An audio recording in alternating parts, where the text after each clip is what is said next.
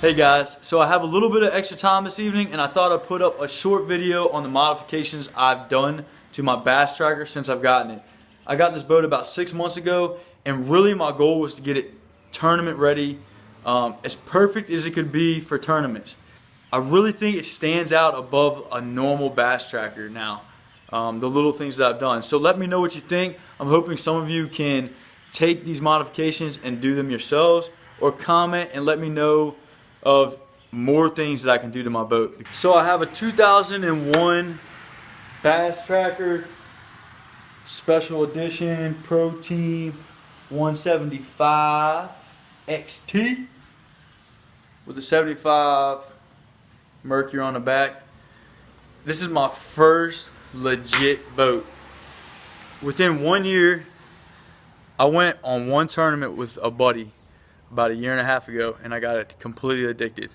And I bought a 12-foot John boat just to go out and play around on ponds and stuff. And about 4 months later, I went out and bought a 16-foot John boat, built a whole deck on it, and did an open tournament. And I was like, man, I'm working a second job. I'm gonna make just nothing but fishing money with that second job. And I ended up getting me this tracker. We're gonna start from the top of the boat and work our way all the way to the back. I got a new trolling motor and I offset it a little bit. When I first bought this boat, the trolling motor was mounted more towards the middle of the deck. I turned it to the side a little bit for multiple reasons, which I'll get into. But one thing that I did do that has helped a lot is my old trolling motor used to be mounted by those little rubber pieces with a screw, and they were constantly stripping on me. So what I did was I just took this little panel off, reached up underneath there and bolted my trolling motor down, and it's been awesome. That thing is not moving at all. We hit the Potomac, we hit the lake. I mean, on some of my videos you've seen, the winds gets rough out there, and I ain't got to worry about my trolling motor stripping out on me. So that was the first thing I did to it. Next thing I did to it was I made my own homemade stopper or bumper. I didn't want to spend a lot of money because I'm a cheap dude. I just figured out a way to make my own homemade bumper. So I went to Bass Pro and I was looking for anything that could work as a stopper, and I found this little trailer stopper and just bolted it down in the trolling motor. So when I pull up, if I can get this correct, when I pull up on my trolling motor and bring it down, as you can see, it just hits my boat and it's not in the way with my reels, my rods, nothing like that. Next thing I did to my trolling motor, I did one more thing to my trolling motor. This cable right here, the way my trolling motor was set up, this cable kept falling down and getting in between my reels. I know a lot of you have dealt with that, and it laid down on my deck. Every time I shut my trolling motor, it'd mess all my rods up, push them up on the deck, whatever. So all I did was I just bolted or mounted a 3-inch bolt on my trolling motor, and my cable sits on that. So every time I lift my trolling motor up and bring it back down, that cable sits perfectly on that screw, and it keeps the cable just above my reels, as you can see. Next thing I did was I put my own foot pedal tray in my boat, and this was a scary project. As you can see, I cut a little bit too much carpet and had to add some carpet, but that was sketchy. I just drilled a hole straight down on my deck. I went for it and took a jigsaw and started cutting. Ended up running into, just for those of you that are going to try to do this at some point on your deck, there is a bench that runs across this entire tracker, just like a John boat. There's an aluminum bench that I had no idea, and I ended up running into the bench when I was jigsawing down. Ran into the bench, and this foot pedal did not fit, and I had to freaking start cutting up on this little side panel. This is aluminum, and I had to start cutting up in this to get this pedal to fit. It was scary. I thought I literally put a hole in my deck, and that was the end of it. I had to redeck my entire boat, but I managed to make it work. And that that tray is so awesome to have. Okay, moving down the boat. I added rod straps, as you can see, on both sides, and I just used the little bungee cords. I like those the best. I just literally just put a loop on the end, and it goes perfectly in that little spot. That's the way I like to do it. Okay, the first little storage door. You know I had to add my little tracker sticker. But in here, one thing I did add was a lure hanger. If you guys can see that right there. So the way that I built this lure holder, I just got a piece of sheet metal from Home Depot. A 1" by 1" 90-degree angle piece of metal, and just drilled holes in it and mounted it to the door. It was like $2. It saved me some money, and it, as you can see, it works perfectly. Really, the only reason why I added that was for lures like buzz baits or this crazy, like little crazy spinner baits like this guy with 4 blades on them. Lures that don't fit in boxes, really. I can hang there in the summertime. Or another thing, lures that I want to dry out. So after I throw a crank for a while and I switch out my cranks, I don't want to throw it back into my box and let it sit in there and get water throughout that box and rust up the rest of my crankbase. So I'll just hang it up on that, let it sit for an hour or two, and then put it in my box. Next thing I did in this little storage section was I just carpeted the bottom.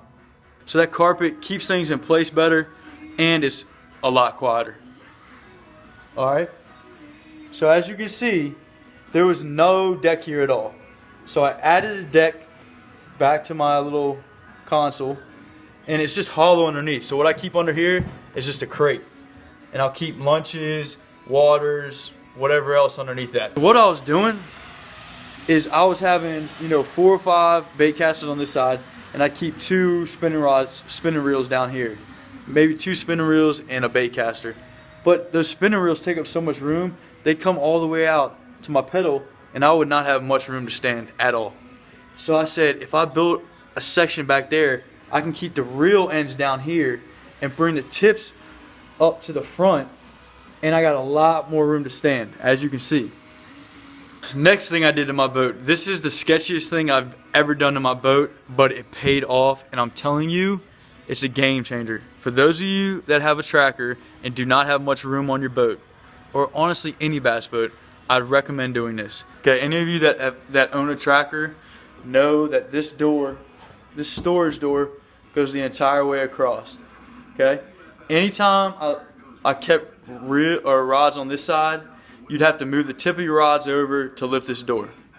It's a pain in the butt, especially if I want to flip my reels to this side and my rods up there. I could never open this door.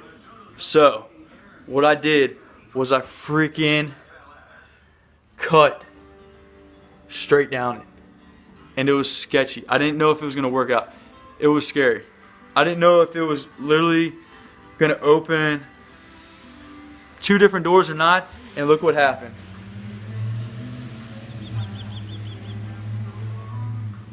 Boom. I get into my lures like that, no moving rods no more. Check it out. I got rods on this side, rods on this side. I'm in my little storage spot. Okay, if you do this, you have to cut it. You have to cut it all the way down to the hinge. You can see that. And then this door, when you stand on it, is really, really weak. Okay, as you can imagine, there's no support there. So what I did, actually I got one over here with it. I took one of these things. I just found junk around my house. This is something that you mount on the bottom of your trailer that your boat runs up onto. Okay, I took one of these, cut it in half, if you can see this, and mounted it right there. Okay, so let me move this so I can open this door. So I got this little door that sits on there, and then this door sits on there as well. And I'm telling you, there's no give at all. It's literally like I did not cut the door. That's the coolest thing I did to my boat. It makes it way faster to get in and out of things. It's not a mess. I would recommend to do that. So this is what my storage, my little addition looks like. Completely hollow underneath, crate, it just slides in and out. And this thing is mounted down good. You can stand on this sucker. Alright, over here, just added a quick tool holder, built my own little calling system. Moving down the boat. What else have I done?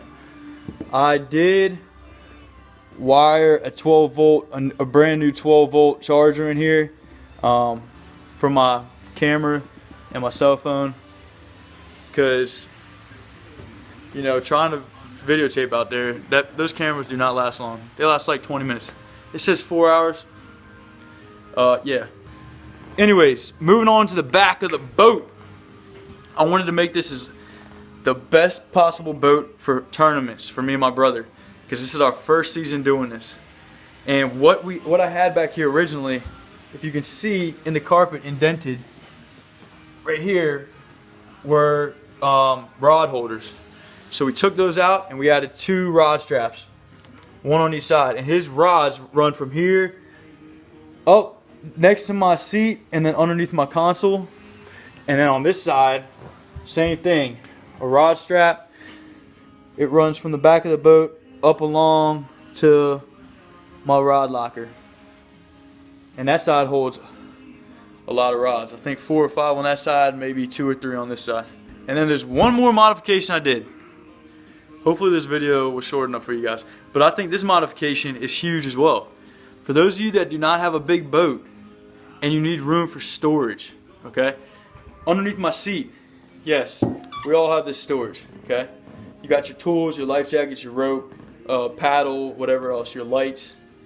But storage like an anchor that you rarely use. Toilet paper. What if you drink too much coffee that morning and everyone's got to go and hang off the back of the motor? Or a spare rain jacket that's just in there just in case. Alright? I don't have much, I mean I do have a good amount of storage in this boat now, but I don't have quite as much as I would like, because I want to keep these back doors free for my co-anglers always. I keep those completely empty for my buddies that come out on my boat with me. I want them to have those 2 doors to put their boxes in. So what I did, and this is pretty sweet, and you guys can tell me if you like it or not, but this door is empty like I said for my co-anglers, and this project did take 2 nights, about 2 hours a night, because it's just tedious. But underneath here is nothing but foam. So what I did, as you can see, well, I got a rain jacket under there. I got my little thing for my live well that I never use. Spare bungee, TP. What else? My anchor. And if you can see down in there, I don't know how dark it's going to be, but if you can see back in there, it holds a lot of stuff. And honestly, I could keep going back, but I was just over it. And what I did was I just took a freaking knife and just cut a checkerboard, and then took needle nose pliers and grabbed a piece twisted, vacuumed it out, and did it again and again and again.